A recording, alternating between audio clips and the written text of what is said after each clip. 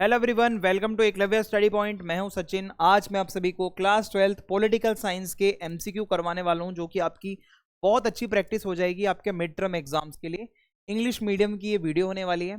आपको इसकी पीडीएफ हमारे Telegram group @class12 ESP new group पे मिल जाएगी। आप प्लीज़ ये ग्रुप ज्वाइन कर लीजिएगा। और इसके अलावा अगर मैं आपको बताऊँ तो आपको अगर कुछ सवाल है, कोई अगर आपकी क्वेरी है, तो आप इंस्टा पे भेज सकते हैं। यूजर नेम आप सभी के सामने दिया हुआ है। तो आज की एमसीक्यू प्रैक्टिस शुरू करने से पहले आपको मैं बता दूं, आप क्विज वगैरह खेलना चाहें तो आप, और कोई नोट्स वगैरह पढ़ना चाहें तो eklavyastudypoint.com जो कि हमारी वेबसाइट है, आप इसको विजिट करके पढ़ सकते हैं। ठीक है, अपनी क्लास को चूज करें। सबसे पहला चैप्टर है हमारा एंड ऑफ बायपोलरिटी। तो एंड ऑफ बायपोलरिटी में हमारा जो सबसे पहला क्वेश्चन बनता है वो है bipolarity after world war 2 was mainly between. किस किस के बीच में थी भाई bipolarity? USA and Germany, USA and USSR, USSR and Japan, या USA and UK.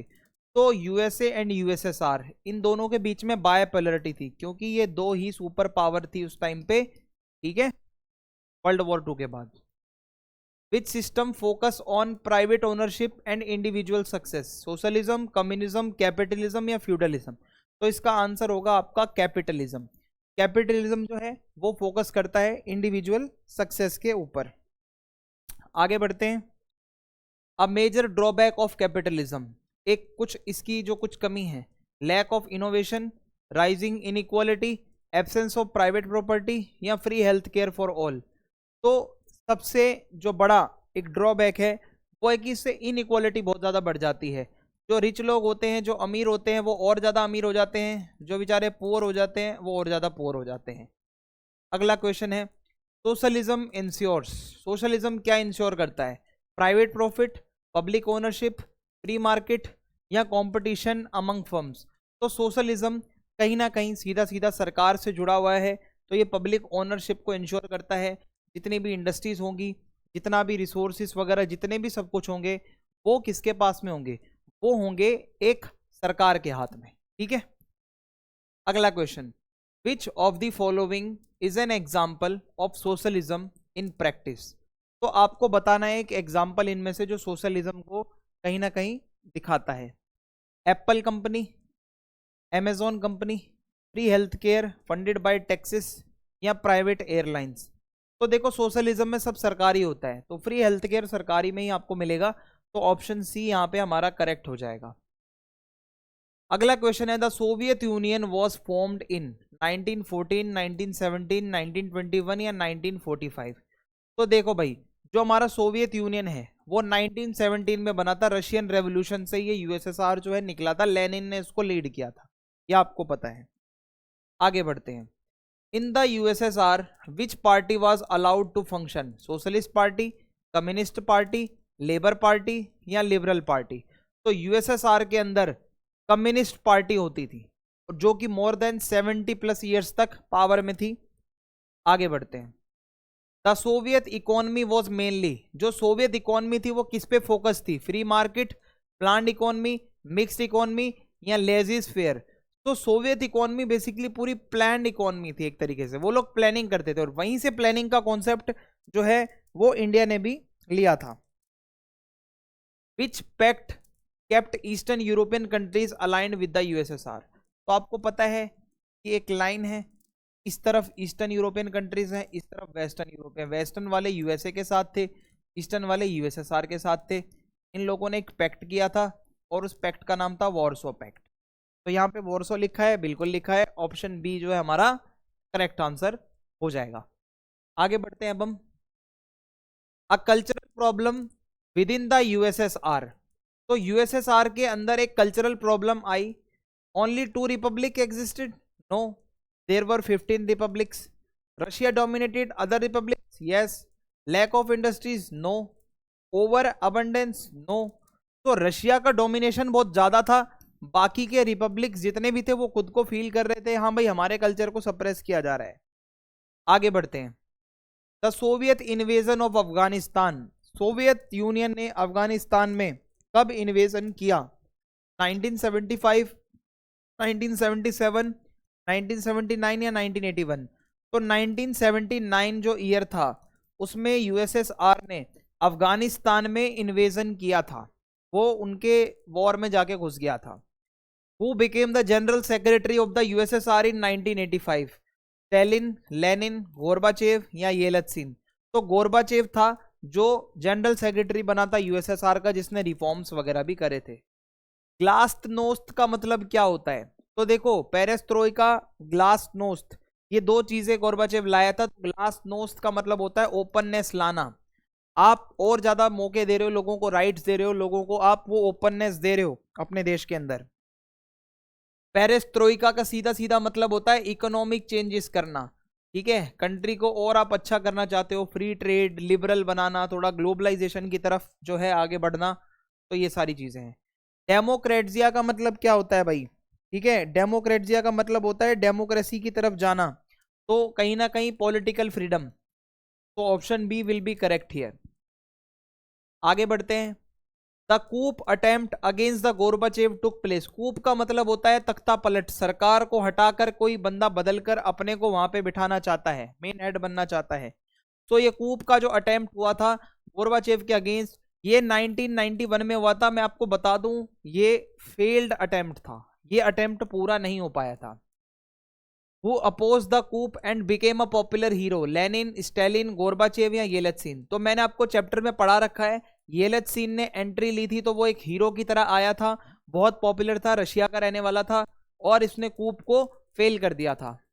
The USSR officially disintegrated इन। जो अपना यूएसएसआर है वो कब पूरी तरीके से खत्म हो गया था? अक्टूबर 1991, दिसंबर 1991, जनवरी 1992 या मार्च 1992? तो दिसंबर 1991 में यूएसएसआर ऑफिशियली डिसइंटीग्रेट हो गया था, यानी कि वो पूरी तरीके से बंद हो गया था। How many republics were part of the USSR before disintegration? 12, 13, 15 या 17? तो देयर वर 15 रिपब्लिक्स जो कि एक टाइम पे पार्ट थे यूएसएसआर के।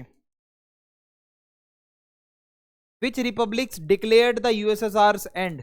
यूएसएसआर जब खत्म हुआ तो इसका डिक्लेरेशन किसने किया?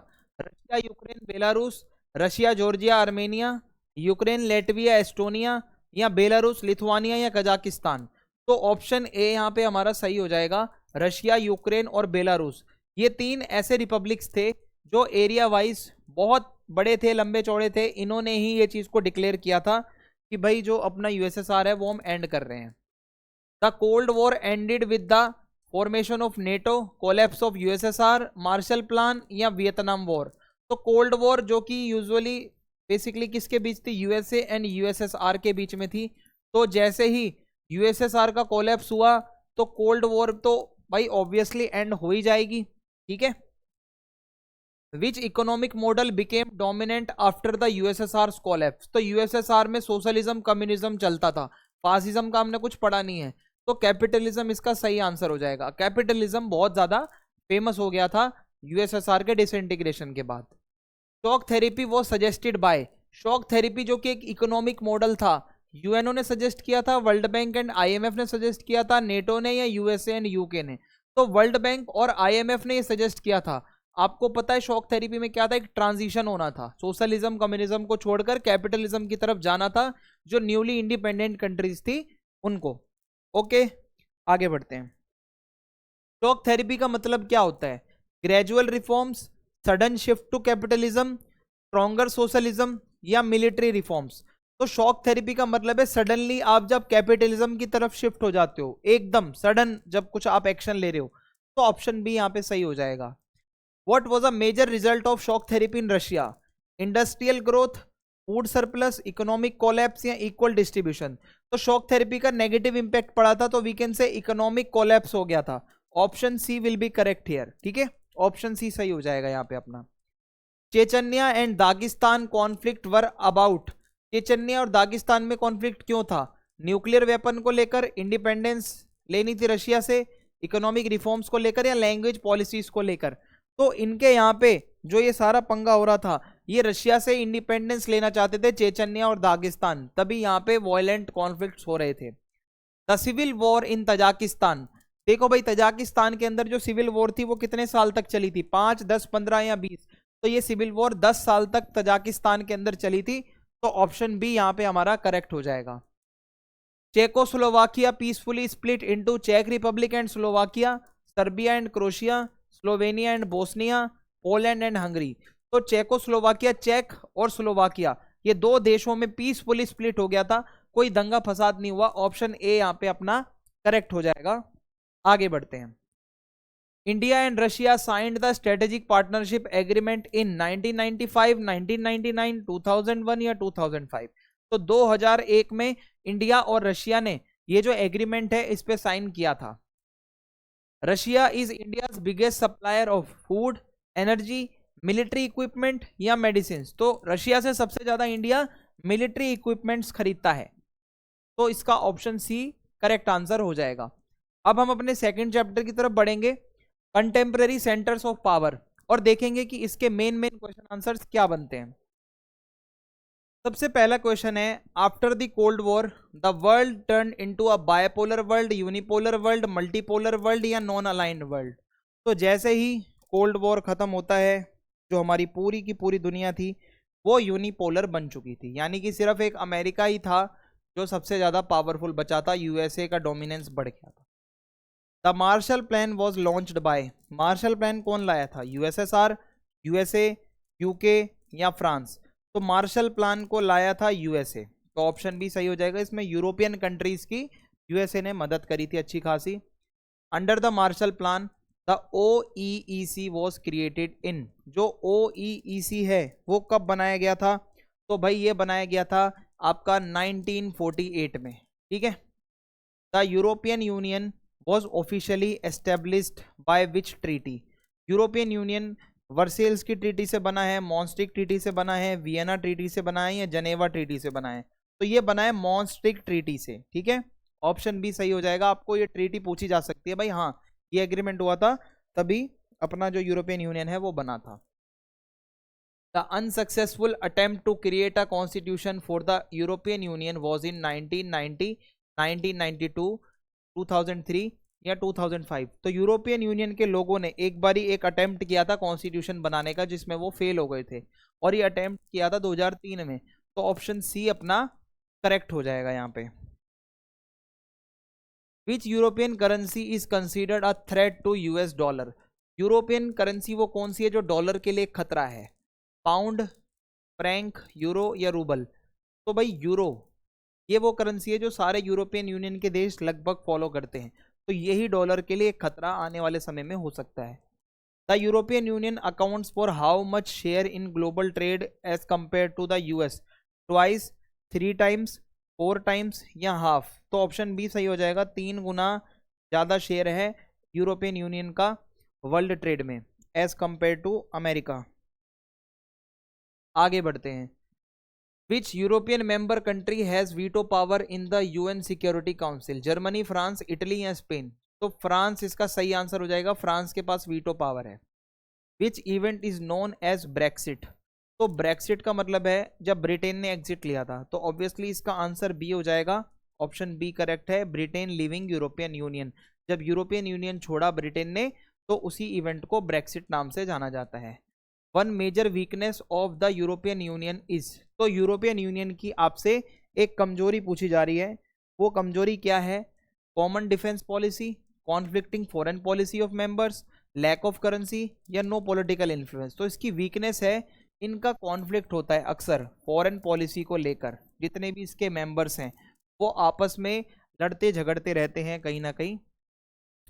आसियान वॉज एस्टेब्लिश्ड इन 1949, 1957, 1967 या 1972। तो 1967 में बैंकॉक एग्रीमेंट पे साइन करके जो है आसियान आपका बना था, बैंकॉक डेक्लेरेशन। तो the founding members of ASEAN signed which declaration, अभी मैंने बताया है बैंकॉक डेक्लेरेशन। तो ऑप्शन बी इसका करेक्ट आंसर अपना हो जाएगा। आगे बढ़ते हैं। The ASEAN emblem has 10 rice stocks symbolising, ASEAN का जो एम्बलम है अगर आपने उसको देखा है ढंग से तो कुछ इस तरीके से है, जिसमें ऐसी 10 राइस की स्टॉक्स हैं। तो वो क्या सिंबलाइज करती हैं, यूनिटी एंड प्रॉस्पेरिटी, या फिर friendship and unity, agricultural cooperation या फूड सिक्योरिटी। भाई वो फ्रेंडशिप दिखाती है इन 10 देशों की और यूनिटी की, ये कितने आपस में जुड़े हुए हैं। ASEAN regional forum was established in, ASEAN का जो रीजनल फोरम है वो कब बनाया गया था भाई? 1967, 1975, 1991 या 1994? तो ये ऑप्शन डी सही हो जाएगा। 1994 में आसियान का जो रीजनल फोरम है वो बनाया गया था। Which approach is called the ASEAN style, ASEAN style का मतलब होता है आशियान के काम करने का तरीका। एग्रेसिव है और ये कन्फ्रंटेशनल है या लड़ते झगड़ते हैं, इनफॉर्मल और कोऑपरेटिव है, मिलिट्री बेस्ड है या डिक्टेटोरियल है? तो ये इनफॉर्मल और कोऑपरेटिव है, ये लोग कोऑपरेट करते हैं और थोड़ा फ्रेंडली रहते हैं, इनफॉर्मल रहते हैं। आगे बढ़ते हैं। The Chinese revolution took place in 1947, 1948, 1949 या 1950? तो देखो भाई 1949 में आपकी चाइनीज रेवोल्यूशन हुई थी। चाइनाज ओपन डोर पॉलिसी, तो चाइना की जो ओपन डोर की पॉलिसी है वो कौन लाया था? तो वो लाया था भाई देंग शाओपिंग। तो ऑप्शन सी अपना यहाँ पे करेक्ट हो जाएगा। आगे बढ़ते हैं। Japan became a member of the OECD, Japan OECD का मेंबर कब बना था? 1951 में, 1964 में, 1978 में या 1982 में? तो जापान इसका मेंबर बना है 1964 में। साउथ कोरिया की जो इकोनॉमिक ग्रोथ हुई थी 1960 से लेकर 1980 के बीच में, तो एक इसको चमत्कार माना गया था कि भाई एक चमत्कार हो गया। तो उस चमत्कार को माना जाता है मिरेकल ऑन द हान रिवर, ये हान रिवर है ना वहां पे। तो ऑप्शन ए अपना यहाँ पे करेक्ट हो जाएगा। जापान सॉरी साउथ कोरिया जो है ओईसीडी का मेंबर कब बना था? 1992, 1994, 1996 या 1998? तो 1996 के अंदर जो जापान है वो इसका मेंबर बना था। अब हम बढ़ते हैं अपने तीसरे चैप्टर की तरफ जो कि है कंटेम्प्रेरी साउथ एशिया। तो इसका सबसे पहला क्वेश्चन है हमारे सामने, South Asia is bounded in the north by Arabian Sea, Indian Ocean, Himalayan mountains या बे ऑफ बंगाल? आप खुद देख लो, ये अपना साउथ एशिया है तो इसके वेस्ट साइड में आपको पता है अरेबियन सी है, ईस्ट साइड में बे ऑफ बंगाल है, ठीक है, और क्या है? इंडियन ओशियन, ये आपका ये है इंडियन ओशियन। तो नॉर्थ में क्या बच गया भाई? हिमालय बच गया, ये वाला पूरा एरिया। तो यहाँ पे ऑप्शन अपना सी करेक्ट हो जाएगा। Which of the following is a major problem in South Asia, South Asia की एक बहुत बड़ी प्रॉब्लम इसमें से क्या है? तो आपको यहाँ पे ये बताना है। तो सबसे पहला ऑप्शन है ओवर पॉपुलेशन, बहुत ज़्यादा पॉपुलेशन होना, एथनिक कॉन्फ्लिक्ट, जातिगत लड़ाइयाँ, रिवर वाटर डिस्प्यूट्स भी होते हैं। तो we can say option D यहाँ पे अपना सही हो जाएगा, ऑल ऑफ दी अबव। ये सारी ही कहीं ना कहीं प्रॉब्लम्स हैं साउथ एशिया के अंदर जो देखने को अपने को मिलती हैं। मालदीव रिमेन्ड अ सल्तनत, यानी कि जहाँ मुस्लिम रूल होता है, कब तक? 1947 तक, 1956 तक, 1968 तक, 1971 तक? तो 1968 तक जो अपना मालदीव्स है वो एक सल्तनत था, ये आपको याद रखना है। अब पाकिस्तान से रिलेटेड कुछ क्वेश्चंस हैं यहाँ पे हमारे सामने। सबसे पहला क्वेश्चन है कि पाकिस्तान का पहला कॉन्स्टिट्यूशन उसने कब बनाया? 1947, 1950, 1956 या 1962? तो पाकिस्तान का जो सबसे पहला कॉन्स्टिट्यूशन था वो उन्होंने 1956 में बनाया। तो ऑप्शन सी यहाँ पे हमारा सही हो जाएगा। जनरल अयूब खान टुक पावर, तो जनरल अयूब खान जो था वो पावर में कब आया? तो कॉन्स्टिट्यूशन बनने के जस्ट कुछ समय बाद ही 1958 में। तो ऑप्शन बी यहाँ पे अपना करेक्ट हो जाएगा। Bangladesh liberation war took place during the rule of Zia ul Haq, Yahya Khan, Ayub Khan या परवेज मुशर्रफ? तो बांग्लादेश की जो वॉर हुई थी उस टाइम पे याहिया खान पाकिस्तान के रूलर थे। तो ऑप्शन बी यहाँ पे अपना करेक्ट हो जाएगा। Who became the first female prime minister of Muslim country? Indira Gandhi, Benazir Bhutto, Khaleda Zia या शेख हसीना? तो जो पहली प्राइम मिनिस्टर है मुस्लिम कंट्री की फीमेल वो बेनजीर भुट्टो थी, ठीक है। आगे बढ़ते हैं। The Siachen glacier dispute is between India, ठीक है, कि भाई ये किस किस के बीच में है? जो सियाचिन ग्लेशियर का जो मेन आपका डिस्प्यूट है वो किस किस के बीच में है? भाई इंडिया और पाकिस्तान के बीच में है, ठीक है। जो इंडस वाटर ट्रीटी है जो आज की डेट में इंडस वाटर ट्रीटी वो कब साइन हुई थी? वो हुई थी आपकी 1960 में साइन हुई थी। ऑप्शन सी यहाँ पे अपना करेक्ट हो जाएगा। आगे है ईस्ट पाकिस्तान बांग्लादेश कब बना था? ईस्ट पाकिस्तान कब बांग्लादेश बना था? ईस्ट पाकिस्तान जब बांग्लादेश की वॉर हुई थी तो 1971 इसका करेक्ट आंसर हो जाएगा, जहां पे ये ईस्ट पाकिस्तान जो है बन गया था Bangladesh. Who led the Awami League during Bangladesh liberation struggle, जब बांग्लादेश को आज़ाद कराना था तो एक पार्टी थी अवामी लीग, तो उसको कौन लीड कर रहे थे? शेख मुजीबुर रहमान, जियाउर रहमान, एच.एम. इरशाद या खलीदा जिया? तो शेख मुजीबुर रहमान सही आंसर है, ऑप्शन ए, जो कि अवामी लीग को वहां पे लीड कर रहे थे। Sheikh Mujibur Rahman was killed in, कब उनको मार दिया गया? 1971, 1973, 1975 या 1977?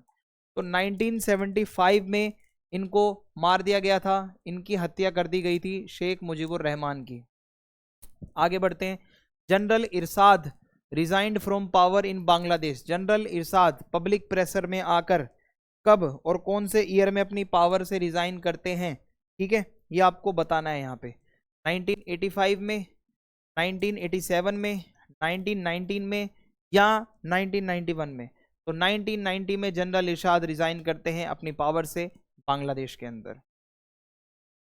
The ethnic conflict in Sri Lanka, अब श्रीलंका का टॉपिक स्टार्ट होता है, वो सिंगलीज और किस कम्युनिटी के बीच हो रहा था? तमिल, मुस्लिम, क्रिश्चियन या बुद्धिस्ट? तो ये कॉन्फ्लिक्ट था सिंगलीज वर्सेस तमिल्स, तो ऑप्शन ए यहाँ पे सही हो जाएगा। लिट्टे लिबरेशन टाइगर ऑफ तमिलिलम, जिसका फुल फॉर्म है, ये किन लोगों के लिए एक अलग देश बनाना चाहते थे, एक सेपरेट नेशन? मुस्लिम्स के लिए, सिंगलीज के लिए, तमिल्स के लिए या बुद्धिस्ट के लिए? तो लिट्टे तमिल्स का ग्रुप था, तो ऑप्शन सी यहाँ पे अपना करेक्ट हो जाएगा। वो लोग तमिल्स के लिए अपना एक ग्रुप जो है बनाना चाहते थे। इंडिया ने अपनी पीस कीपिंग फोर्स, जिसको IPKF कहा जाता है, वो श्रीलंका में कब भेजी थी? 1985 में, 1986 में, 1987 में, 1989 में? तो 1987 में इंडिया ने IPKF श्रीलंका में भेजी थी। The LTTE was eliminated finally, LTTE को पूरी तरीके से कौन से ईयर में खत्म कर दिया गया था? तो भाई 2009 में इसको खत्म कर दिया गया था, ऑप्शन सी यहाँ पे अपना करेक्ट हो जाएगा। Nepal became a democratic Republic, तो नेपाल एक प्रॉपर डेमोक्रेटिक रिपब्लिक कब बना? तो प्रॉपर पूरी तरीके से एक डेमोक्रेटिक रिपब्लिक 2008 में नेपाल बना था। आज भी आपको पता है नेपाल का जेनजी कितने गुस्से में है। Nepal adopted it's new constitution, Nepal के अंदर उसका नया कॉन्स्टिट्यूशन कब बना? तो ये बना था 2015 में, ऑप्शन सी सही हो जाएगा। Maldives adopted a multi party system, Maldives जो पहले एक सल्तनत हुआ करता था, यहाँ पे मल्टी पार्टी सिस्टम कब आया? 2003 में, 2004 में, 2005 में या 2006 में? तो मल्टी पार्टी सिस्टम यानी कि एक से ज़्यादा पार्टियां जहाँ पर होती है, तो हम कह सकते हैं कि ये 2005 में ये सिस्टम यहाँ पे आया था, कि ये मल्टी पार्टी सिस्टम यहाँ पे लागू हो गया था। India supported Bhutan mainly through, India ने जो है भूटान को कैसे कैसे सपोर्ट किया है? न्यूक्लियर प्रोजेक्ट में, हाइड्रो इलेक्ट्रिक प्रोजेक्ट में? यस, हाइड्रो इलेक्ट्रिसिटी क्या, पानी से जब हम अपना कोई बिजली बनाते हैं तो वो प्रोजेक्ट होते हैं। तो इंडिया ने हमेशा से ही यहाँ पे भूटान को सपोर्ट किया है हर लेवल पे, जहाँ जहाँ पे भी इंडिया उसको सपोर्ट कर सकता है, इंडिया सपोर्ट करता है। सार्क वॉज एस्टेब्लिश्ड इन 1980, 1983, 1985 या 1987? तो 1985 में सार्क बनाया था, south Asian association for regional cooperation. ठीक है, ये साउथ एशियन कंट्रीज का एक एसोसिएशन है। फिर उसके बाद अगर हम आगे बढ़ें, the south Asian free trade area SAFTA का जो एग्रीमेंट है वो कब इंप्लीमेंट हुआ? 2002 में, 2004 में, 2005 या 2006? तो ऑप्शन डी सही हो जाएगा, 2006 में जाकर ये इंप्लीमेंट हुआ था। फिर है सार्क के लिए सबसे बड़ा चैलेंज क्या आता है? Lack of members, political conflict among members, shortage of fund या weak trade link with Europe? तो सार्क का सबसे बड़ा चैलेंज है इसके जो मेंबर्स हैं उनके बीच में पॉलिटिकल कॉन्फ्लिक्ट चलते हैं, ऑप्शन बी सही हो जाएगा। For example India Pakistan. ठीक है, तो इस तरीके से ये हमारा चैप्टर खत्म होता है। अब हम आगे बढ़ते हैं, फोर्थ चैप्टर है इंटरनेशनल ऑर्गेनाइजेशंस। तो इसमें यूएनओ से रिलेटेड कुछ एमसीक्यूज के ऊपर मैं आपके साथ डिस्कशन करने वाला हूँ। तो सबसे पहला क्वेश्चन है, international organisations are mainly created to, international organisations को क्यों बनाया जाता है? Promote sports? No. Resolve global problems collectively? Yes. Encourage tourism? No. Control global population? No. तो इसका आंसर ऑप्शन बी हो जाएगा, कि जो ग्लोबल प्रॉब्लम्स हैं, कुछ प्रॉब्लम ऐसी है जो आप अकेले रिजॉल्व नहीं कर सकते, तो उसको कलेक्टिवली सारे लोग मिलकर रिजॉल्व करते हैं। Which organisation was established after the first world war? तो पहले वर्ल्ड वॉर के बाद तो भाई लीग ऑफ नेशंस बना था, ये हमें याद है। इसका सक्सेसर बाद में यूएनओ था, सेकेंड वर्ल्ड वॉर के बाद जब लीग ऑफ नेशन फेल हो गया था। The League of Nation fail to prevent cold war, world war two, Gulf war या वियतनाम वॉर। तो वर्ल्ड वॉर टू को जो है भाई लीग ऑफ नेशन प्रिवेंट नहीं कर पाया था, इसीलिए इसको इनएफेक्टिव बता दिया गया था और इसको बंद कर दिया गया था। यूनाइटेड नेशंस ऑफिशियली किस ईयर में बना? 1919 में, 1939 में, 1945 या 1950? यूएनओ आपका भाई 1945 में बना था। इंडिया यूएनओ का मेंबर कब बना? 24 अक्टूबर 1945, 30 अक्टूबर 1945, 26 जनवरी 1950 या 15 अगस्त 1947? तो इंडिया जो है 30 अक्टूबर 1945 को यहाँ पे मेंबर बन जाता है किसका? यूएनओ का। यूएन सिक्योरिटी काउंसिल में कितने परमानेंट मेंबर होते हैं? तो भाई ये 5 परमानेंट मेंबर हैं, इन्हीं के पास वीटो पावर भी होती है, ठीक है। Which of the following is not a permanent member of the security council? France, Germany, Russia, China? तो जर्मनी के पास वीटो पावर नहीं है, फ्रांस के पास वीटो पावर है, तो जर्मनी यहाँ पे सही आंसर हो जाएगा। अगला क्वेश्चन है, जो इंटरनेशनल कोर्ट ऑफ जस्टिस है वो कहाँ पे है? न्यूयॉर्क, पेरिस, हेग या जनेवा? तो ये हेग में है, नीदरलैंड में। ऑप्शन सी सही हो जाएगा। The General Assembly requires what majority for major decisions? अगर कोई बड़ा डिसीजन लेना है जनरल असेंबली में तो कितनी मेजोरिटी यहाँ पे चाहिए होती है? तो भाई 2/3 की मेजोरिटी चाहिए होती है, 2/3। ऑप्शन बी ये लिखा हुआ 2/3 majority. The trusteeship council was discontinued इन 1945, 1960, 1975 या 1994? तो ट्रस्टीशिप काउंसिल जब काम की नहीं रही तो उसको 1994 के अंदर जो है बंद कर दिया गया था, ठीक है। तो ऑप्शन डी यहाँ पे अपना सही हो जाएगा। आपकी एक प्रैक्टिस भी हो रही है, आपको याद भी रहेगा कि हाँ भाई ये चीज़ें हमने डिस्कस कर ली थी। Which UN general secretary initiated reform investigation in 1997? वो कौन सा जनरल सेक्रेटरी था जो यूएनओ में इन्वेस्टिगेशन करवाता है क्या क्या रिफॉर्म्स करने हैं? तो वो कोफी अन्ना थे भाई, ऑप्शन सी हो जाएगा।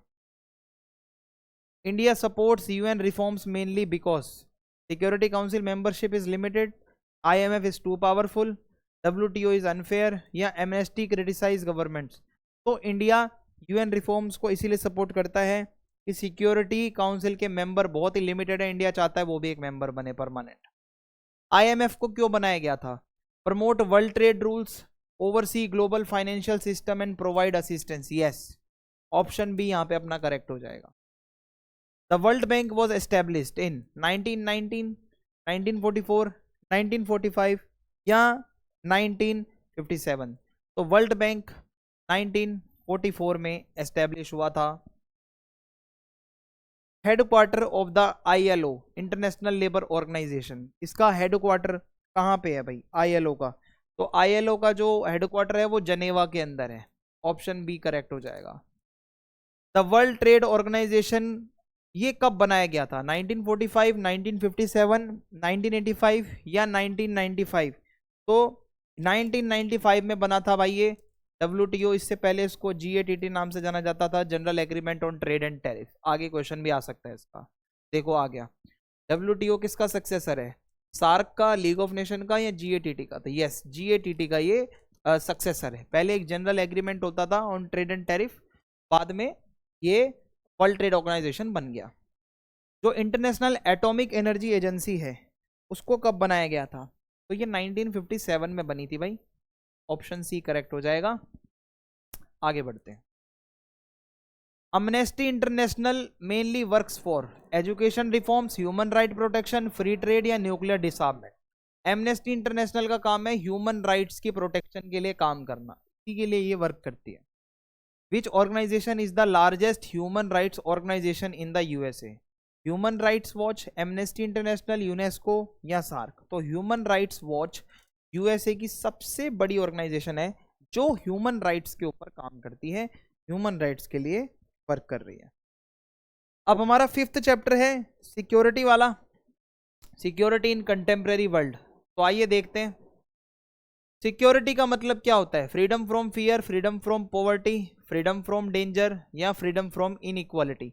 तो भाई सिक्योरिटी का सीधा सीधा सा मतलब होता है फ्रीडम फ्रॉम फियर, किसी तरीके का डर ना होना। जब डर नहीं होगा, मतलब यहाँ पे अगर मैं आपको बताऊं तो फ्रीडम ऑफ फियर, लेकिन यहाँ पे एक चीज और याद आपको रखनी है, यहाँ पे बहुत बच्चे कंफ्यूज हो सकते हैं। फ्रीडम फ्रॉम डेंजर, खतरा और डेंजर ये एक जैसे वर्ड हो सकते हैं, लेकिन आपको डेंजर को यहाँ पे टिक करना है। ऑप्शन सी करेक्ट हो जाएगा, फ्रीडम फ्रॉम डेंजर। ठीक है। Which of the following are considered core values under security? Core values, food and shelter, broad threats to life, entertainment या ट्रेड। तो जो कोर वैल्यूज है सिक्योरिटी की, वो है कि कुछ बड़े खतरे होते हैं, अगर आपका जीवन ही खतरे में है तो वो है इसमें। ऑप्शन बी अपना करेक्ट हो जाएगा। The most dangerous source of external security threat, सबसे खतरनाक अगर कोई यहाँ पे थ्रेट हो सकता है आपको, तो वो कहीं बाहर से होता है, तो वो मिलिट्री थ्रेट हो सकता है, किसी दूसरे देश से आपको मिलिट्री का खतरा होना। A government may respond to war threats in how many ways, जब आपको युद्ध का खतरा आता है तो कितने तरीके से गवर्नमेंट रिस्पॉन्ड करती है? तो रिस्पॉन्ड करती है गवर्नमेंट 3 तरीके से, आपको अच्छे से पढ़ाया हुआ है। नेगोशिएशन कर लो, सरेंडर कर दो, सेल्फ डिफेंस में लड़ो, है ना, ये सब आपने इस चैप्टर में बहुत अच्छे से पढ़ा है। बैलेंस ऑफ पावर मेनली किस चीज पे फोकस करता है? गरीबी कम करने में, इक्वलाइजिंग पावर अमंग नेशंस, या फिर इंक्रीजिंग इमिग्रेशन, या स्टॉपिंग ग्लोबल वार्मिंग। तो ये बेसिकली काम करता है कि पावर को इक्वलाइज करना। अगर ये इंडिया है, ये पाकिस्तान है, ये चाइना है, तो अपने को एक ऐसा बैलेंस बनाना है कि पावर के मामले किसी से पीछे ना रह जाए, बराबरी में रहो, या आगे या ऊपर रहो, पर पीछे ना हो भाई आप किसी से। ठीक है, इक्वलाइज होनी चाहिए power. Which of the following is not an internal security threat? Communal violence internal, Naxalism internal, ethnic violence internal, military invasion बाहर का है एक्सटर्नल। तो ऑप्शन डी सही हो जाएगा। आई होप आपको यहां तक अच्छे से समझ में आ रहा होगा सब कुछ। आगे बढ़ते हैं अब हम। Which of these is a traditional method of security? Refugee settlement, just and limited use of war, population control या टूरिज्म। तो ऑप्शन बी सही हो जाएगा। अब वॉर करो, बहुत ही न्याय के लिए लड़ो, या आप उसको लिमिटेड ही मतलब थोड़ा करो यार, वॉर का ऑप्शन नहीं होना चाहिए ज्यादा। ठीक है। Which of the following treaties banned biological weapons? NPT, BWC, CWC या स्टार्ट। तो एक ट्रीटी हुई थी बीडब्ल्यूसी नाम से, बायोलॉजिकल वेपन्स वाली। तो ऑप्शन बी यहाँ पे सही हो जाएगा। The chemical weapon convention CWC, ये कब साइन किया गया था? 1972 में, 1975 में, 1980 में या 1997 में? तो ये 1997 में आपका साइन किया गया था। ऑप्शन डी सही हो जाएगा। How many countries have signed the CWC? Chemical weapons convention कितने देशों ने साइन किया था? तो भाई 193 मेंबर्स ने इस पे साइन किया हुआ है। तो ऑप्शन डी यहाँ पे अपना करेक्ट हो जाएगा। Which of the following is not a non traditional security threat? Famine, global warming, ethnic conflict या पॉल्यूशन। तो जब हम नॉन ट्रेडिशनल की बात करते हैं तो उसमें एथनिक कॉन्फ्लिक्ट नहीं आएगा, ये एक इंटरनल थ्रेट है। तो ऑप्शन सी यहाँ पे करेक्ट हो जाएगा। Which of these is an example of a new danger? Literature, refugee crisis, sports events या टूरिज्म। तो रिफ्यूजी क्राइसिस, जब लड़ाइयाँ होती हैं बेचारे रिफ्यूजी इधर उधर हो जाते हैं, ये ऑप्शन सही हो जाएगा। ठीक है। रिफ्यूजीज कौन होते हैं? जो अपनी मर्जी से अपना घर छोड़ रहे हैं voluntarily, people force to leave their country due to war और डिजास्टर। यस, यही लोग होते हैं रिफ्यूजीज। ठीक है। इंटरनली डिस्प्लेस्ड पर्सन्स, आईडीपी किसको कहते हैं? जो क्रॉस बॉर्डर काम के लिए जाते हैं, leave homes but remain inside their own country, या ट्रेवल अब्रोड फॉर एजुकेशन, या वॉलेंटरली माइग्रेट। तो ये वो लोग हैं जो अपने घर को छोड़ते हैं लेकिन रहते अपने ही देश के अंदर है, इनको डिस्प्लेस कर दिया जाता है। ठीक है, लीव होम्स। अगला क्वेश्चन है, which threat cannot be solve by military power alone? Terrorism, global warming, genocide या बॉर्डर इन्वेजन। तो मिलिट्री पावर टेररिज्म को रोक सकती है, जीनोसाइड को रोक सकती है, बॉर्डर इन्वेजन को रोक सकती है, पर मिलिट्री सब ग्लोबल वार्मिंग थोड़ी रोक लोगे। ऑप्शन बी यहाँ पे अपना करेक्ट आंसर हो जाएगा। कोऑपरेटिव सिक्योरिटी किस पे फोकस करता है? मिलिट्री अलायंस पे, बायलैटरल एंड मल्टीलैटरल कोऑपरेशन पे। यस, ऑप्शन बी यहाँ पे सही हो जाएगा।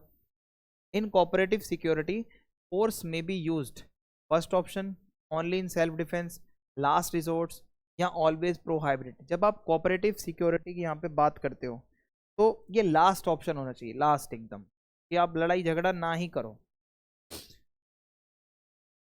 द इंटरनेशनल कम्युनिटी में ऑथोराइज फोर्स व्हेन, कब फोर्स को आप अथोराइज करोगे जब गवर्नमेंट खुद अपने लोगों को मार रही है, government kill their own people, तब आप फोर्स का यूज कर सकते हो।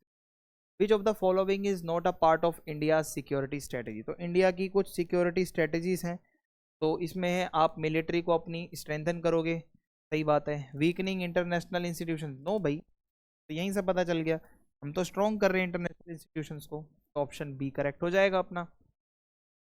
विच one is the key feature of India's approach to security, एक की फीचर वो है कंबाइनिंग डेवलपमेंट विद सिक्योरिटी, हम डेवलपमेंट भी करेंगे, हम सिक्योरिटी के मामले में भी आगे जाएंगे, तो ये इसका सही आंसर हो जाएगा। अगला चैप्टर है एनवायरनमेंट एंड नेचुरल रिसोर्सेज, इसके क्वेश्चन आंसर्स अब हम देखेंगे। सबसे पहला question, since which decade did environmental issues gain momentum, कौन से डिकेड में एनवायरमेंट के जो इश्यूज हैं उनको मोमेंटम मिलना स्टार्ट हुआ था, तो 1960s का वो डिकेड था जहां से एनवायरमेंट की बातें होने लगी थी। Which of the following is not listed as an environmental problem, declining arable land, decline in fish stocks, increase in literacy rate, ozone layer depletion, तो ऑप्शन सी सही हो जाएगा। ये कोई एनवायरमेंट प्रॉब्लम नहीं है लिटरेसी रेट वाली, तो ऑप्शन सी करेक्ट हो जाएगा। आगे बढ़ते हैं। The book limits to growth, limits to growth book कब आई थी, ये आई थी भाई 1972, 1972। यूएनईपी का मतलब क्या होता है, United Nations environment programme, United Nations economic plan, United Nations energy project, United Nations ecology plan, option A सही हो जाएगा। यूनाइटेड नेशंस का एनवायरनमेंट प्रोग्राम जो है उसको यूएनईपी कहा जाता है, तो ऑप्शन ए यहाँ पे सही हो जाएगा। रियो समिट जो 1992 में हुई थी वो किस और नाम से जाना जाता है, अर्थ समिट भी कहा जाता है इसको, ठीक है, रियो डी जेनेरियो में हुआ था, ऑप्शन बी सही हो जाएगा। How many countries participated in the Rio summit, तो रियो समिट के अंदर लगभग 170 देशों ने पार्टिसिपेट किया था, तो ऑप्शन सी यहाँ पे अपना करेक्ट हो जाएगा। Agenda 21 was adopted in, agenda 21 को कब अडॉप्ट किया गया, तो एजेंडा 21 को क्योटो में, रियो समिट में, मॉन्ट्रियल प्रोटोकॉल में या पेरिस एग्रीमेंट में, तो एजेंडा 21 रियो समिट में आया। यहाँ भाई डेवलपमेंट भी करो, साथ साथ आप थोड़ा सस्टेनेबल डेवलपमेंट पे फोकस करो, ग्रीन हाउस गैसेज ज़्यादा मत निकालो, तो ऑप्शन बी सही हो जाएगा। The path of development that does not harm the environment, कि नुकसान ना पहुंचे उसको आप क्या कहते हो, उसको हम कहते हैं सस्टेनेबल डेवलपमेंट, आप एनवायरमेंट को भी नुकसान नहीं पहुंचा रहे और आगे भी बढ़ रहे हो, तो ऑप्शन सी यहाँ पे अपना सही हो जाएगा। Of the following is not a global common, atmosphere सबका है, अंटार्कटिका सबका है, ओशियन फ्लोर सबके हैं, पर नेशनल रिवर सिर्फ एक नेशन के होते हैं, तो ऑप्शन डी सही हो जाएगा। अंटार्कटिक ट्रीटी को कब साइन किया गया था, अंटार्कटिक ट्रीटी को 1959 में साइन किया गया था, ये फैक्ट आपको याद होना चाहिए, 1959 में ये ट्रीटी हुई थी। आगे बढ़ते हैं। जो मॉन्ट्रियल प्रोटोकॉल है वो किससे डील करता है, तो ये मॉन्ट्रियल प्रोटोकॉल आपका ओजोन लेयर की प्रोटेक्शन से डील करता है, ऑप्शन बी करेक्ट हो जाएगा यहाँ पे अपना। The principle accepted at the Rio summit, तो वो था कॉमन बट डिफरेंशिएटेड रिस्पॉन्सिबिलिटी, ठीक है, कि भाई हाँ हमारी रिस्पॉन्सिबिलिटी है, आपने इस टॉपिक में पढ़ा था ना, एक तरफ वो है जो नॉर्थ वाली कंट्रीज है, साउथ वाली, ये कह रहे हैं हमने जो है एनवायरनमेंट को ठीक करना है, ये कह रहे हैं हमने जो है अपना डेवलपमेंट करना है, आपने अच्छे से पढ़ा है इस टॉपिक को, तो ऑप्शन बी सही हो जाएगा यहाँ पे। UNFCC ये कब साइन किया गया था, तो भाई ये 1992 में किया गया था साइन, यूनाइटेड नेशंस फ्रेमवर्क और कन्वेंशन ऑन क्लाइमेट चेंज, ये क्लाइमेट चेंज के ऊपर ये जो साइन हुआ था 1992 में। The Kyoto protocol mainly focus on reducing nuclear weapons, greenhouse gases, plastic waste या oil use, Kyoto protocol greenhouse gases को रिड्यूस करने के ऊपर ज़्यादा फोकस करता है। इंडिया ने क्योटो प्रोटोकॉल के ऊपर भाई कब साइन किया था, तो इंडिया ने 2002 में क्योटो प्रोटोकॉल के ऊपर साइन किया था, तो ऑप्शन सी अपना यहाँ पे करेक्ट हो जाएगा। India's per capita green house gas emission, तो इंडिया कितना ग्रीन हाउस गैस एमिशन करता है पर कैपिटा 2000 ईयर की अगर हम बात करें तो 0.9 टन्स, ये इसका ऑप्शन बी करेक्ट हो जाएगा।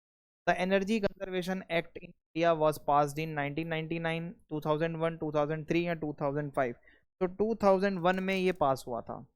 इलेक्ट्रिसिटी एक्ट जो है आपका वो 2003 में इनेक्ट किया गया था। ठीक है, सिंपल सिंपल से आपके फैक्ट्स हैं।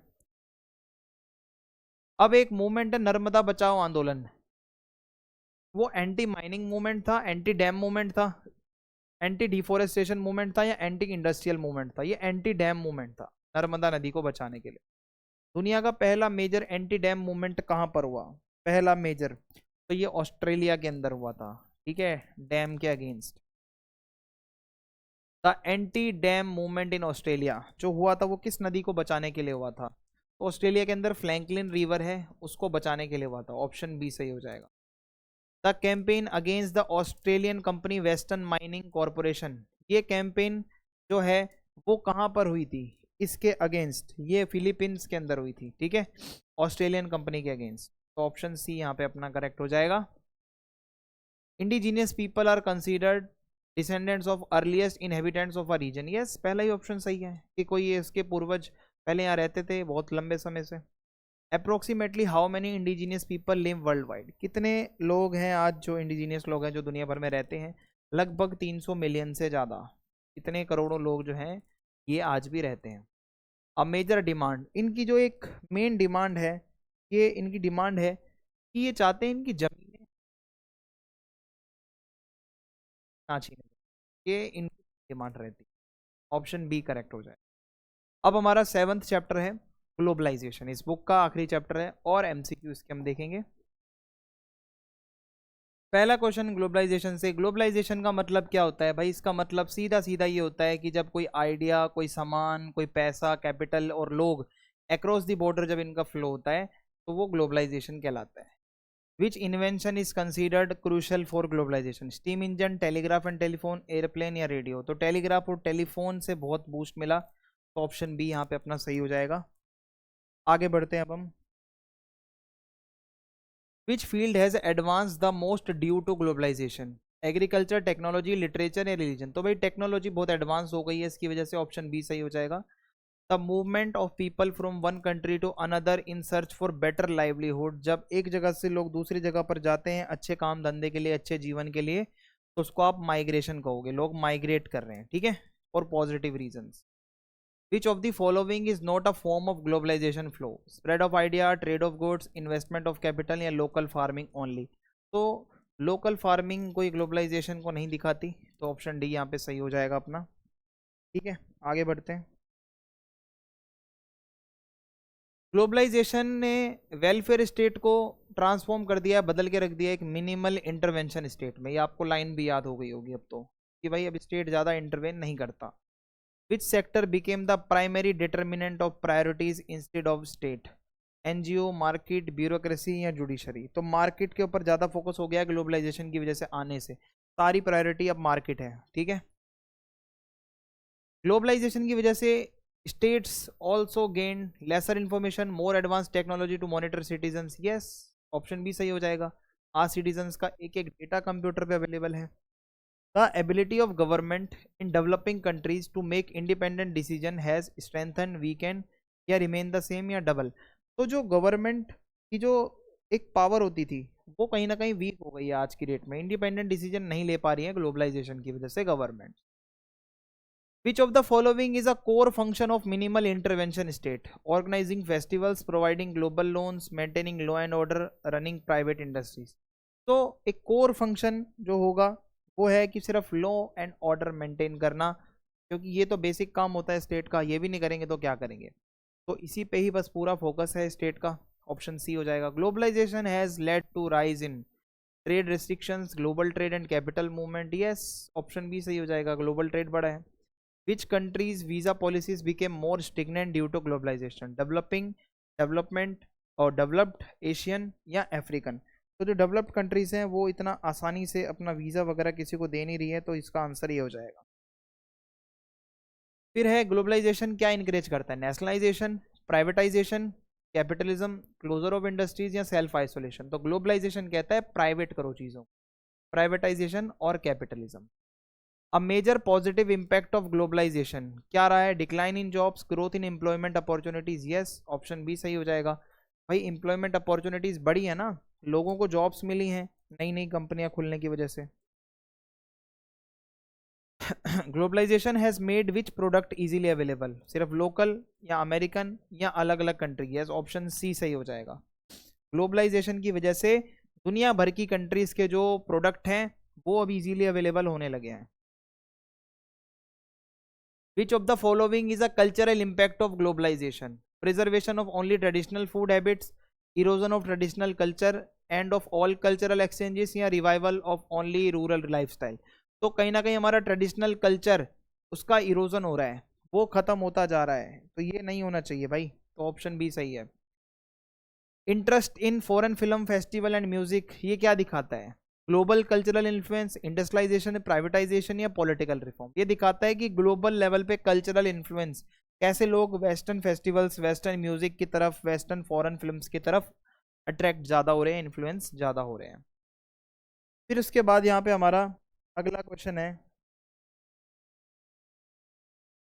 Cultural homogenization. ठीक है भाई, कल्चरल होमोजेनाइजेशन का मतलब क्या होता है? Mixing of different cultures, spread of western culture globally, preservation of traditional values, या रिवाइवल ऑफ इंडिजीनियस आर्ट? तो इसका मतलब है यहाँ पे कि भाई वेस्टर्न कल्चर ग्लोबली फैलता जा रहा है, ऑप्शन बी सही हो जाएगा। कल्चरल डाइवर्सिफिकेशन का मतलब क्या होता है? कि भाई कल्चरल डाइवर्सिफिकेशन का मतलब होता है डाइवर्सिटी आना, हर कल्चर यूनिक बन रहा है दूसरों से सीख के, तो ऑप्शन बी सही हो जाएगा। Which festival is often criticise by right wing? तो भाई राइट विंग के जो इंडिया में लोग हैं ना, वो वैलेंटाइन डे को बहुत क्रिटिसाइज करते हैं, जैसे बजरंग दल वगैरह वाले लोग हैं, वो डंडे लेके पहुंच जाएंगे अगर आप वैलेंटाइन डे वगैरह मना रहे हो। ठीक है, आगे बढ़ते हैं। Which sector in India has grown the most due to globalisation? भाई IT and service sector, tech sector obviously, कि इतनी कंपनियां खुल रही हैं बड़ी बड़ी, गूगल वगैरह सब है इंडिया में, गुरुग्राम चले जाओ, इतनी बड़ी बड़ी एमएनसीज आ गई हैं इंडिया में। Which reform allowed India to remove trade restrictions? भाई लिबरलाइज हो गया, जब आप अपनी इकोनॉमी को लिबरलाइज करोगे उसी का मतलब होता है रिस्ट्रिक्शंस हटाना, तो ऑप्शन ए यहाँ पे सही हो जाएगा। स्पेशल इकोनॉमिक जोन्स क्यों बनाए जाते हैं इंडिया में? Encourage foreign investment with tax cut and facilities, restrict imports, promote local only production, या नेशनलाइज कंपनीज? तो इसमें फॉरेन लोगों को बुलाना, टैक्स कम करना, इसीलिए SEZs बनाए जाते हैं। ठीक है। India's global role include supporting developed nations only, या protecting developing countries interest in trade, या अपोजिंग इंटरनेशनल कॉपरेशन, या आइसोलेटिंग फ्रॉम WTO? तो इंडिया डेवलपिंग कंट्रीज को प्रोटेक्ट करता है, उनके फायदे को, ट्रेड के मामले में इंडिया हमेशा से ही हमारे गरीब देशों के लिए आवाज उठाता रहा है। Which of the following is a cultural effect of globalisation in India? तो इसमें भाई सीधा सा ये है कि वेस्टर्न इन्फ्लुएंस बढ़ता जा रहा है हमारे खान पान में, हमारे लाइफस्टाइल में और हमारी मीडिया में। ठीक है, यही है कल्चरल इफेक्ट इसका। 1999 में सिएटल की जो प्रोटेस्ट वगैरह हो रही थी, वो किस लिए हो रही थी भाई? ठीक है, ये किस लिए हो रही थी हमारी? ये हो रही थी WTO की अनफेयर ट्रेड प्रैक्टिसेस, कि WTO में ज़्यादा फायदा उन लोगों का होता है जो वेस्टर्न कंट्रीज होती हैं, तो उसके अगेंस्ट ये जो है प्रोटेस्ट वगैरह चल रही थी। The world social forum meetings have been held in? World social forum की जो मीटिंग्स हैं भाई, वो ब्राज़ील, मुंबई और कीनिया में हुई हैं, ऑप्शन ए यहाँ पे अपना करेक्ट हो जाएगा। ठीक है। Leftist critics argue globalisation is a form of modern imperialism, ये सही हो जाएगा। ग्लोबल कैपिटलिज्म, क्योंकि जो लेफ्टिस्ट लोग हैं, मैंने आपको पढ़ाया भी है, ये कैपिटलिज्म के अगेंस्ट होते, तो ऑप्शन बी सही हो जाएगा। Right wing critics in India, right wing का मेन फैक्टर है कल्चरल, ठीक है, इस वजह से ये लोग क्रिटिक्स हैं, तो वेस्टर्न फेस्टिवल मत मनाओ एंड ऑल, ऑप्शन बी सही हो जाएगा। A major resistance in India was against, कि भाई हमें किस चीज़ को पेटेंट करना है? नीम को। हमारे यहाँ पे नीम को ले जाकर वहाँ जाके हजारों में बेचा जा रहा है, तो इंडिया कह रहा है भाई ऐसा तो नहीं होना चाहिए। अब मैं आपको बुक सेकंड की तरफ लेके जाता हूँ, बुक सेकंड के MCQs करता हूँ। ठीक है, आगे बढ़ते हैं। पहला chapter challenges of nation building. Challenges of nation building में सबसे पहला question, India got independence on 26 जनवरी 1950, 15 अगस्त 1947, 14 अगस्त 1947, या 2 अक्टूबर? तो 15 अगस्त को भाई अपने को आज़ादी मिली थी, ऑप्शन बी सही हो जाएगा। ट्रिस्ट विद डेस्टिनी नाम से जो स्पीच है वो किसने दी थी भाई? वो जवाहरलाल नेहरू जी ने दी थी, तो ऑप्शन सी यहाँ पे अपना करेक्ट हो जाएगा। Which of the following was not one of the 3 big challenges?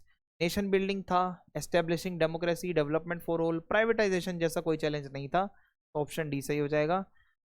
The partition of India was mainly based on language differences, regional differences, religious majority या फिर इकोनॉमिक इंटरेस्ट। तो भाई ये प्रॉपरली रिलीजन के बेस पे हुआ था, तो ऑप्शन सी सही हो जाएगा। टू नेशन थ्योरी किसने प्रमोट करी थी? Mohammad Ali Jinnah.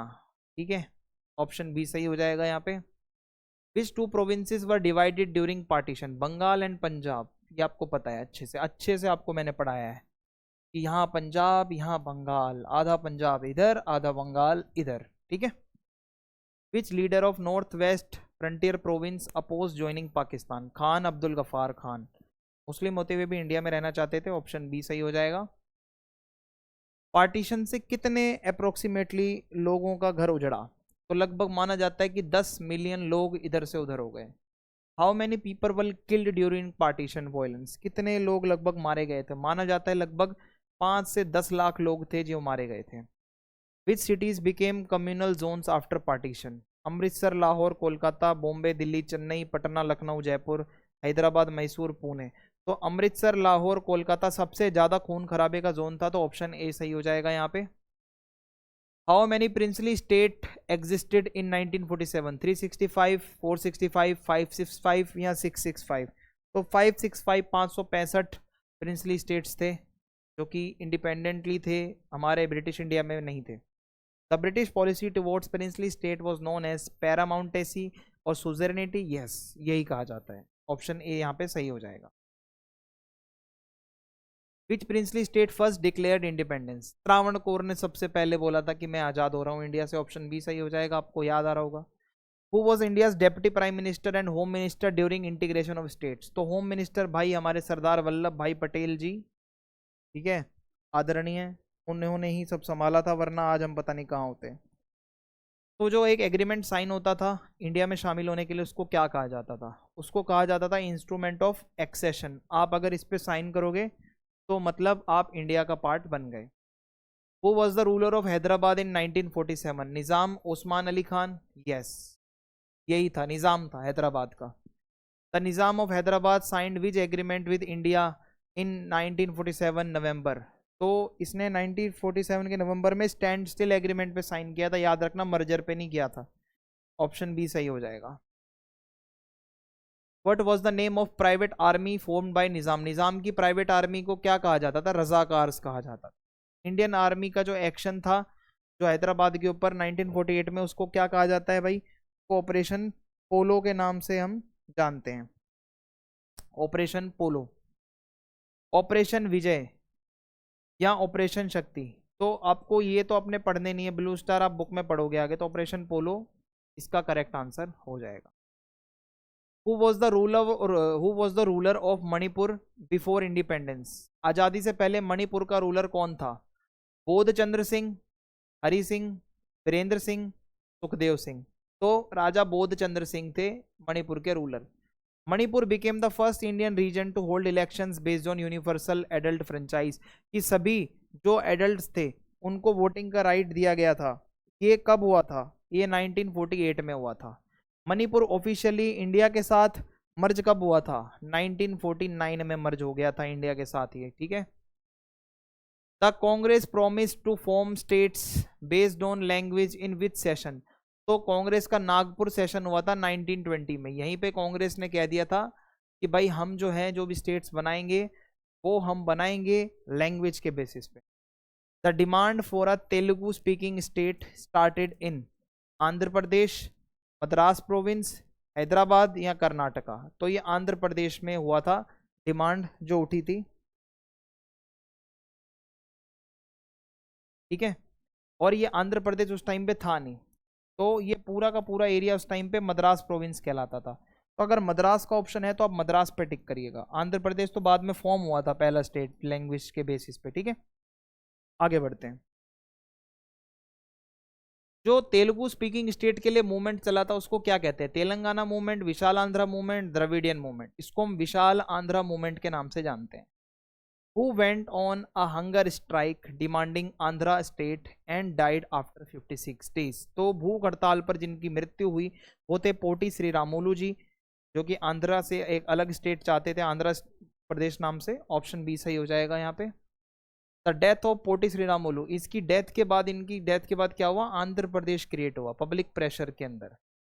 State reorganisation commission कब बनाया गया था, तो स्टेट रीऑर्गेनाइजेशन कमीशन आपका 1953 में बनाया गया था। इसका काम था इंडिया में जितने भी स्टेट्स हैं उसको रीऑर्गेनाइज करके दोबारा से बनाना शुरू से।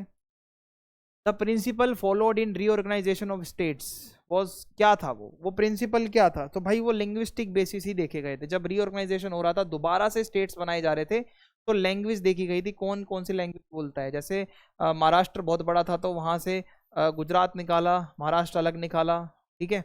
इस तरीके से बड़ा पंजाब होता था, हरियाणा अलग निकाल दिया, पंजाब अलग निकाल दिया भाषा के उस पर। The creation of linguistic states prove that diversity weakens unity, India can be united with diversity. Yes, India can be united with diversity, आप रह सकते हो, यूनाइटेड भी रह सकते हो। अब देखो भाई, मैंने आपको इतने सारे एमसीक्यू करवा दिए हैं। अगला जो चैप्टर है मैं चाहता हूँ इसके कुछ तो आंसर मैं बताऊंगा और कुछ आंसर आप मुझे लिख के भेजें। आप कहाँ भेज सकते हैं लिख के, आप कमेंट बॉक्स में भेज सकते हैं। एक प्रैक्टिस आपकी तरफ से भी हो जाए, ठीक है। ये समझ लो आपका टेस्ट हो जाएगा एक तरीके से, कि मैं देखना चाहता हूँ कितने फैक्ट्स आप बता सकते हैं। एक लंबी सी लिस्ट बनाना मैं समझ जाऊंगा इसी चैप्टर के आप आंसर दे रहे हो, और मैं उसका रिप्लाई भी जरूर करूंगा। सबसे पहले the constitution of India came into effect on 26 जनवरी 1947, 26 जनवरी 1948, 26 जनवरी 1949 या 26 जनवरी 1950। तो ऑप्शन डी सही हो जाएगा, 26 जनवरी 1950। The election commission of India, तो इंडिया की जो इलेक्शन कमीशन है वो कब बनी थी, भाई कॉन्स्टिट्यूशन के साथ ही बनी है 1950 में। Who was the first chief election commissioner, तो इंडिया के पहले chief election commissioner Sukumar Sen थे। How many Lok Sabha seats were there in the first general election, आप इसका आंसर दो मुझे कमेंट बॉक्स में। मैंने आपको बोला ये चैप्टर आपके लिए काइंड ऑफ टेस्ट है, इसका आपको कमेंट में आंसर देना है। कितनी सीट्स थी आप बताओगे, लोकसभा सीट्स, और ईयर लिख देना 1952 और बताना कितनी seat. What was the total number of eligible voters इन 1952, ये भी आंसर आपको देना है। 10 करोड़, 12 करोड़, 15 करोड़ या 17 करोड़। आगे बढ़ते हैं।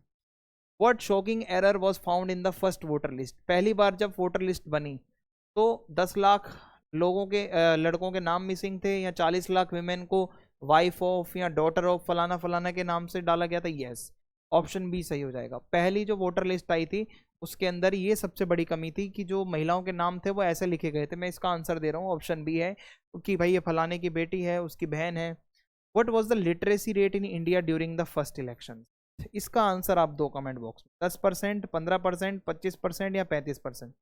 जो सही आंसर दोगे एक लिस्ट बना के आपका कमेंट पिन भी किया जाएगा, लाइक भी किया जाएगा, सबको दिखेगा हाँ भाई आप सीरियसली इसका आंसर दे रहे हो। To help illiterate voters which measure was introduce, अनपढ़ जो वोटर्स थे उनके लिए क्या किया गया था, उनके लिए पार्टी के सिंबल बनाए गए ताकि उनको समझ में आए कि हाँ भाई सिंबल किस पार्टी का है, नाम तो वो पढ़ नहीं पा रहे थे ना।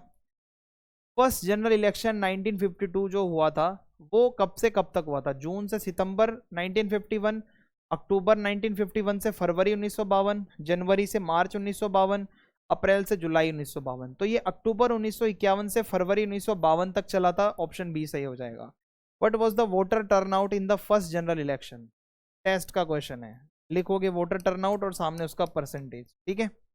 आगे बढ़ते हैं। How many seats did Congress win in the first Lok Sabha elections, 300, 320, 364 या 389, 389। बहुत इजी क्वेश्चन है, अपनी लिस्ट में इसको ऐड करिएगा और इसका आंसर दीजिएगा। विच party became the largest opposition party इन 1952, तो कांग्रेस के सामने एक ही पार्टी टिक रही थी, वो थी communist Party of India, CPI, जिसने साथ साथ केरला में भी अपनी गवर्नमेंट बनाई थी, इफ यू रिमेंबर, ठीक है। Who became the first elected prime minister of independent India? We all know that Jawaharlal Nehru ji. Congress maintained dominance in which three elections? 1947, 1950, 1952, 1952, 1957, 1962, 1952, 1967, 1971, 1952, 1962, 1977। तो ऑप्शन बी सही हो जाएगा, 52, 57, 62, 3 दशक तक, सॉरी 3 इलेक्शंस तक इनका डोमिनेंस था। Which state so a communist lead government in 1957, तो वो केरला था जहाँ पे कम्युनिस्ट गवर्नमेंट बनी थी EMS नमूद्रीपाद की। When was the socialist party formed, लिखो कमेंट बॉक्स में सोशलिस्ट पार्टी और उसकी फॉर्मेशन का ईयर लिखो, ये आपका टेस्ट क्वेश्चन है। Which ideology did the socialist party follow, communism, democratic socialism, capitalism या मार्क्सिज्म लेनिनिज्म। तो सोशलिस्ट पार्टी डेमोक्रेसी के साथ साथ सोशलिज्म को फॉलो करती थी, तो ऑप्शन बी यहाँ पे अपना करेक्ट हो जाएगा। Communist Party of India split into CPI and CPIM due to India Pakistan war, Soviet China rift, Nehru policies या 1962 वॉर विद चाइना। तो इसमें आप बता सकते हो कि इसका आंसर क्या है। इसका आंसर 1962 की वॉर है जो चाइना के साथ हुई, इसके बाद इनके बीच में ये एक दूरियां आ गई। How many Lok Sabha seats did CPI win in 1952? 10, 12, 14 या 16? लिखो भाई, 1952 में इतनी सीट्स जो है इस सीपीआई पार्टी को मिली, ये आपका क्वेश्चन है। मैं आपको 10 से 15 क्वेश्चंस तो एटलीस्ट देने वाला हूं ताकि मैं आपको तुरंत बताऊं कि कितना आप सही बता पा रहे हो। भारतीय जनसंघ के फाउंडर कौन थे? बलराज मधोक, श्यामा प्रसाद मुखर्जी, दीनदयाल उपाध्याय या एल.के. आडवाणी? श्यामा प्रसाद मुखर्जी सही आंसर हो जाएगा। भारतीय जनसंघ, इसी से आगे बीजेपी पार्टी निकली। भारतीय जनसंघ, चलो अब मैंने ये तो बता दिया, अब आप मुझे बताओ कि ये बना कब था? 1948 में, 1950 में, 1951 में या 1952 में? क्या आप बता सकते हो भारतीय जनसंघ कब बना था? Use comment box. जनसंघ की आइडियोलॉजी क्या कहती है? Akhand Bharat and Indian culture? Yes, option A सही हो जाएगा। How many seats did Jana Sangh win in 1952? क्या आप ये बता सकते हो कितनी सीट्स जनसंघ ने जीती? कुछ आंसर मैं देता जा रहा हूँ, कुछ मैं आपसे पूछता जा रहा हूँ। जो जो पूछ रहा हूँ उसके आगे प्लीज एक डिस्क्रिप्शन जरूर लिखना कि हाँ ये ऐसे ऐसे फैक्ट है और ये उसके आगे का आंसर है। Which areas were जनसंघ's main support base? Southern states, urban Hindi speaking states, north east Indian या कोस्टल रीजन? तो जनसंघ को ज्यादातर सपोर्ट मिलती थी अर्बन एरियाज से और जो हिंदी बोलने वाले स्टेट्स होते हैं। ऑप्शन बी सही हो जाएगा। द पॉलिटिकल सक्सेसर ऑफ भारतीय जनसंघ? तो भारतीय जनसंघ का सक्सेसर है बीजेपी। मैंने आपको बताया बीजेपी यहीं से ही एक पार्टी है जो निकली है आपकी। तो इस तरीके से आपके एमसीक्यूज खत्म हो गए। जो जो बोले हैं आप उनको जरूर लिखना कमेंट बॉक्स में उनके आंसर। चैनल सब्सक्राइब करें, वीडियो को लाइक करें, ज़्यादा से ज़्यादा वीडियो को शेयर करने की कोशिश करें। जय हिंद, जय भारत।